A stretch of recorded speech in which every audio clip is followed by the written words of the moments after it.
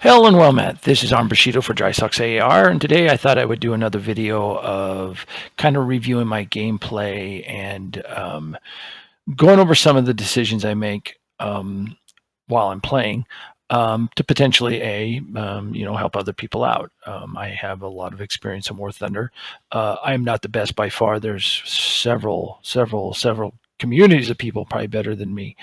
But still, I feel I have a pretty good grasp on the game, and you have your good days and your bad days.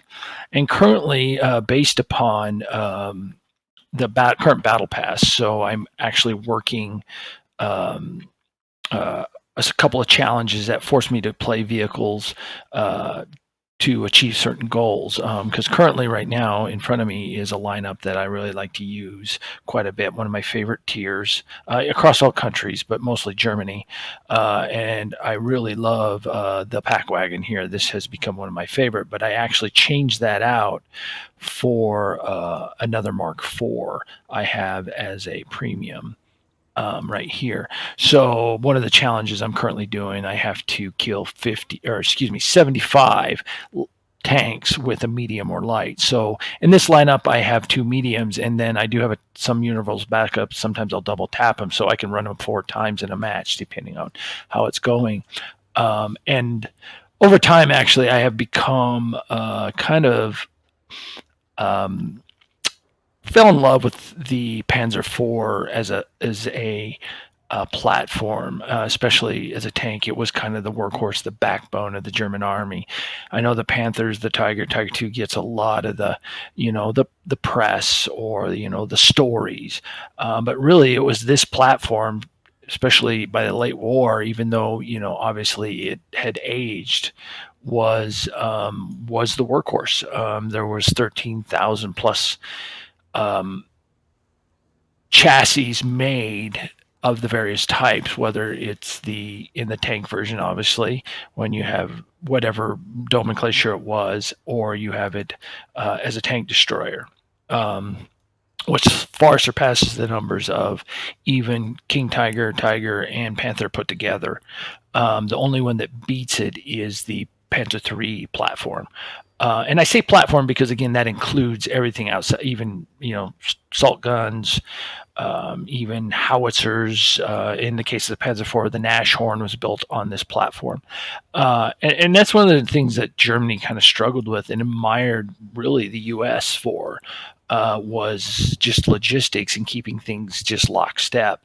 I mean, even across the Pz.IV, there were changes made that, you couldn't go to from one to the other, because things would even change, even at the motor level or things like that. So it's always been very interesting, but still I consider this kind of to be the, if you had to pick something that was the Sherman or the T-34 for Germany, and I would say it's the Pz.IV platform.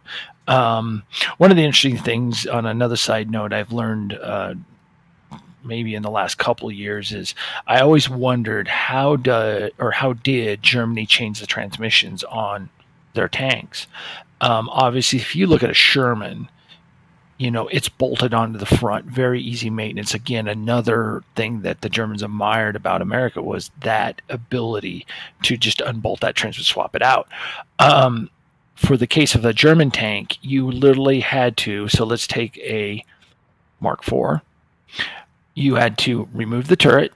Okay, so you're basically lifting the turret out of the turret ring, and then you had to unbolt. This hull is in 2 pieces. There's an upper and lower. You have to unbolt the upper hull and lift it off as well to get to that front part of this transmission right here. And let's flip it over here so you can take a look at that and see that in the X-ray view. There, X-ray view. So right here's your transmission sitting right here. To get to that, you had to lift that upper hull off of the lower hull. And what does that mean? Basically, longer maintenance. And not even, I mean, yes, obviously they had field maintenance, but it wasn't something you were doing right then and there. A truck couldn't pull up with a transmission and swap it out. You had to have cranes, something to lift that upper hull and turret off of the lower part to get to that. So I always thought it was kind of interesting and an interesting design decision. Obviously, it does make it stronger. One of the weak points of the Sherman is, you can punch it in the transmission. So anyway, without further ado, let's start the gameplay and just kind of review. Okay, so here we are. First off, I come into this match. I dropped in kind of late for some reason. Not sure why. So my team is already pushing A and Charlie, Alpha Charlie. So I make a quick decision. I didn't really feel like pushing B, so I decided to take my Mark IV here and try to flank. And before we start all this, let me preface that markers are turned on. So one, to give more clarity for viewers of what's going on the battlefield, but obviously I would not see these markers of the enemy. I play realistic mode, so the only way you see them is when you actually see them. The two other things that can happen in realistic mode is somebody can mark a spot where somebody is, but it's not exact, or it could be, it depends. I've taken guess shots and got lucky. Or a scout can actually mark them and put a scout symbol over them, which gives a more zeroed in where they're at. And I've taken many shots at those and gotten a knockout and got, of course, according to intelligence. So anyway, moving forward, so I decided to flank. And again, like I said, I did not have any idea of where my enemy is. Obviously, I knew there was some fighting, and their spawn point is off this way. So my goal was to try to get into a position where I could catch them coming across out of their spawn point. Obviously, already I felt our team was pushing hard. We'd already taken Charlie, already taken Alpha. We're holding our own,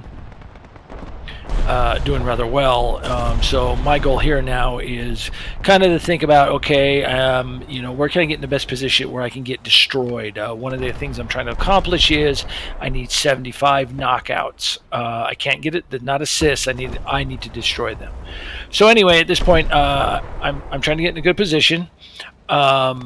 I knew there was something over to my right flank a little bit, but I seen the smoke come up. Not sure what it was, but I could tell it got hit and was put on fire. So I kind of load that, and then I'm going to start creeping forward. And as always, again, I don't know what's out there. It's only my naked eyeball. Apologize. That sees the vehicle, and you start learning to get really good at identifying. You're looking for 90-degree angles in the trees and stuff like that, like you would in real life. So I start creeping forward, again trying to work my way into a position, and maybe get kind of an overwatch and catch them as they come up the road out of their spawn point. Now I'm riding the edge here, and with this game, when you ride the edge, you'll get a little warning say return to battlefield, and if you go too far out, it'll say return to the battlefield, and you will get a timer of 25 seconds, and it'll start ticking, and if you do not get back in that 25 seconds, it blows you up. Right now, I'll just tell you, I'm not even in that field. I'm far enough in that I'm okay. So I get a pretty good position, I feel, right here. And the first thing I catch is this Zeiss 30 coming up the road.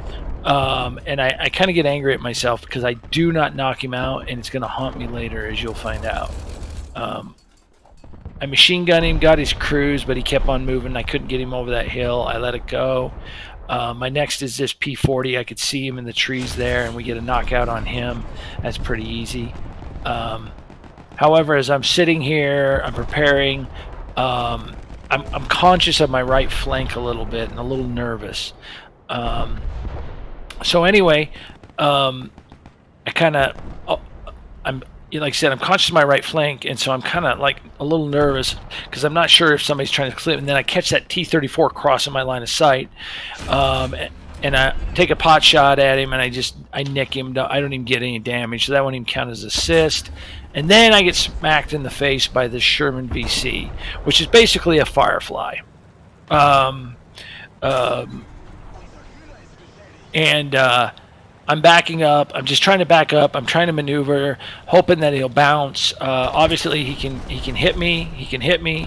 Um, I'm in a little bit of a dilemma. I'm hoping I back down and get into some low ground where he can't hit me. Unfortunately, not. And so all I do is just keep backing up and try to do the wiggle and get him to bounce. And then somebody takes him out, and I'm like, oh, thank you. And now I can repair. Unfortunately, as I'm repairing, the Zeiss 30 that I said was going to come back and haunt me is about to come back and haunt me. Because I didn't kill him fully, and I think he knew where he's at, and there he went right there, and that's all she wrote. Not a great plan. So at this point, obviously I can see that their team is lacking less players. We're dominating. I decided to fly.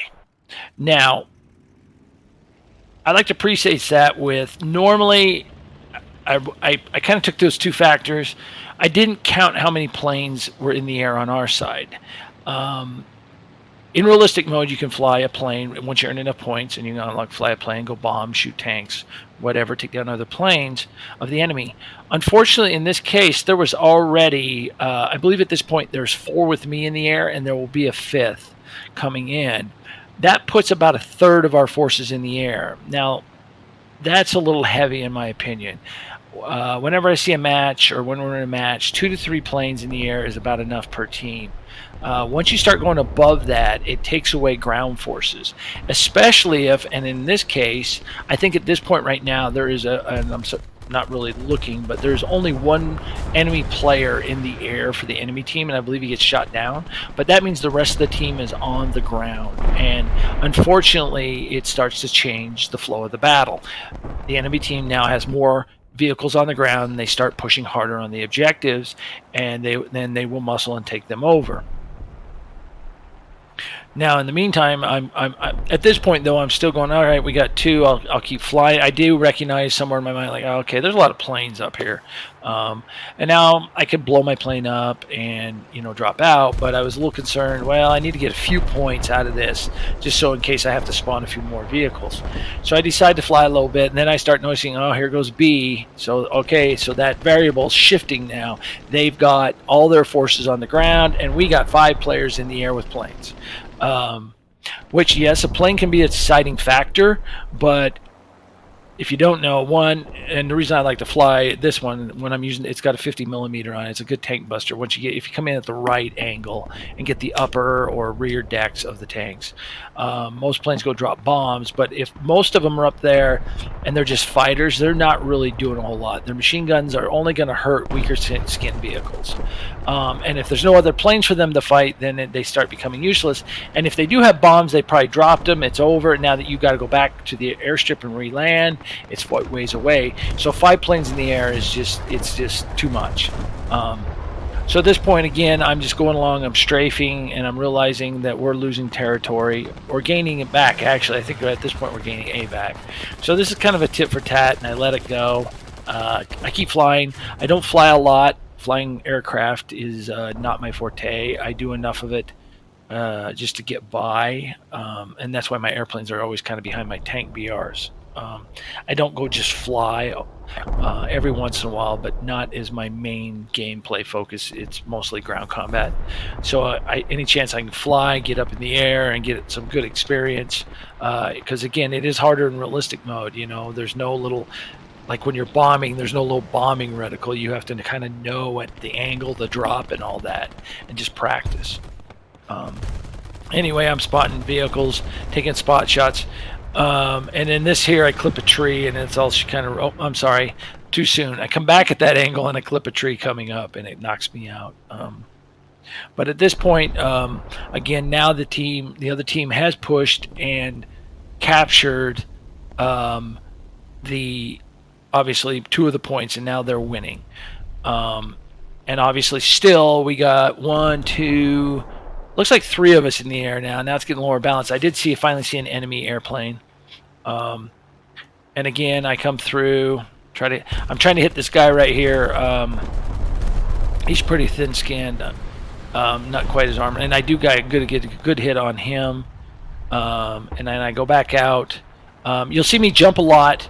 What I will do once I make a pass, I'll point the plane kind of at an upward angle, and I'll jump to the rear tail and become the rear tail gunner in case there is an enemy craft coming up behind me. The AI tail gunner is, they're okay. I mean, you put some points into them, they get a little better, but I prefer to do it myself. I let the AI take over as pilot and let me do the machine gunning out of the tail real quick. And then I jump back, and then I come in, and this is where I come back in on that same vehicle I was trying to get before, the Italian 75 46 at 43. It's an and then I clip a tree, fortunately, and then I lose a wing, and that's all she wrote. Anyway, so at this point we are losing. So I decide, okay, once I crash here, I'm going to come back in my other Mark 4H, so one I can get some medium kills. And then I start looking at the mini map, going, okay, we got A and we got B, and nobody's pushing to any of them right now. It's like, holy cow. The other thing I start assessing when I'm looking at that is, when was the last time each one of those is captured? A just got captured, so that means there's an enemy probably in that vicinity. I also know there was that vehicle that I was shooting at from the aircraft in between those 2 points. And at first I was like, I'm going to go to A, but I already see a couple other guys. All right, they can handle A. And I knew there, and obviously I can see with the markers turned on that there was something over on A, and I knew it was probably still there. But I thought, no, I'm going to see if I can capture that Italian vehicle coming across that was headed kind of in between A and B that I'd already hit. Because B has been captured for a while by the enemy team. In fact, that was one of the main points they'd held for quite a while. So my goal was to go get B. On another note, too, I did see another vehicle crossing with the vehicle I'm looking at now. So I kind of in the back of my mind, I knew there was another vehicle, and I kept thinking he was near him or he had went all the way across. I wasn't sure. So I'm a little nervous here. I'm driving with my scope, getting down the low ground. One of the Mark IV is not the most speedy. It's not the slowest. It's not but speedy either. Getting a little momentum, get me up the hill. Its turret traverse is rather slow too. One of the tricks I like to do with slow turret traverses is if I got to move quick, I turn my hull and the turret the way I'm going. The downside of that is sometimes you can put your hull into a bad position, but it's a way to get gun on target faster. I believe, and correct me, the turret traverse on the Mark IV is about 52 seconds for a full 360, where like a Sherman's in, I want to say, the low 20s. Obviously, one of the benefits of the Sherman, it just had a faster turret traverse. Anyway, my goal here is to go to B. Subconsciously, that one vehicle I had shot, I got an assist, is taken out. I seen that vehicle taken out. I'm also seeing a lot of destroyed vehicles, and I'm always nervous about those. If you haven't played the game a lot, destroyed vehicles will typically, when they're first blown up, they're on fire or there's smoke coming off, all that, but eventually that does disappear and it leaves this burned out hulk.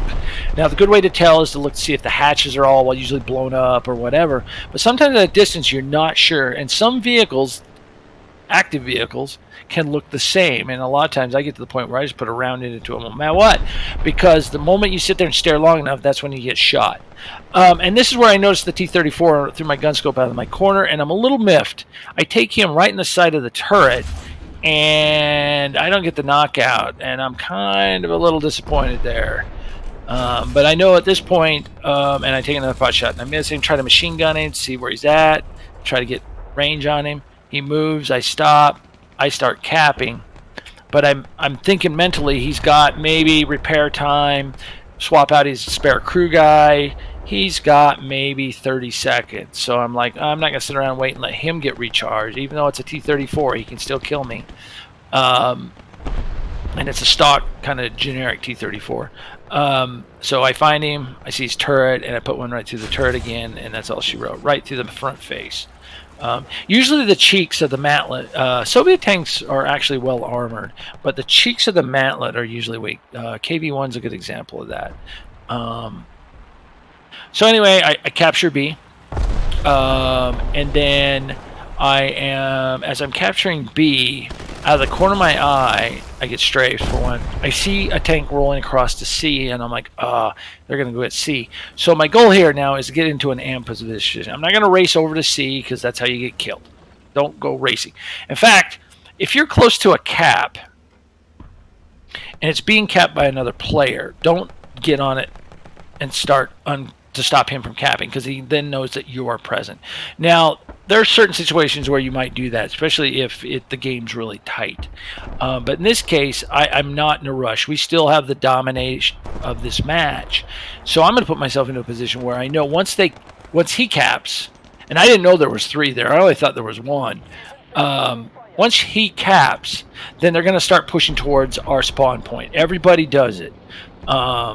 And then I see that T-34 poke out. So now we're ready. Okay, they're going to start pushing. I didn't know there was 3. I know the T-34's there. And so he sticks his head out. I fire, and I get him tracking, which just sucks. And then I see the Sherman, the M4A2. Boom, and then I get a side shot. That thing bounces right off that side armor. My thought process is I need to get rid of the T-34. Sherman hits me, takes out my track. My goal here is I got to eliminate one of these guys.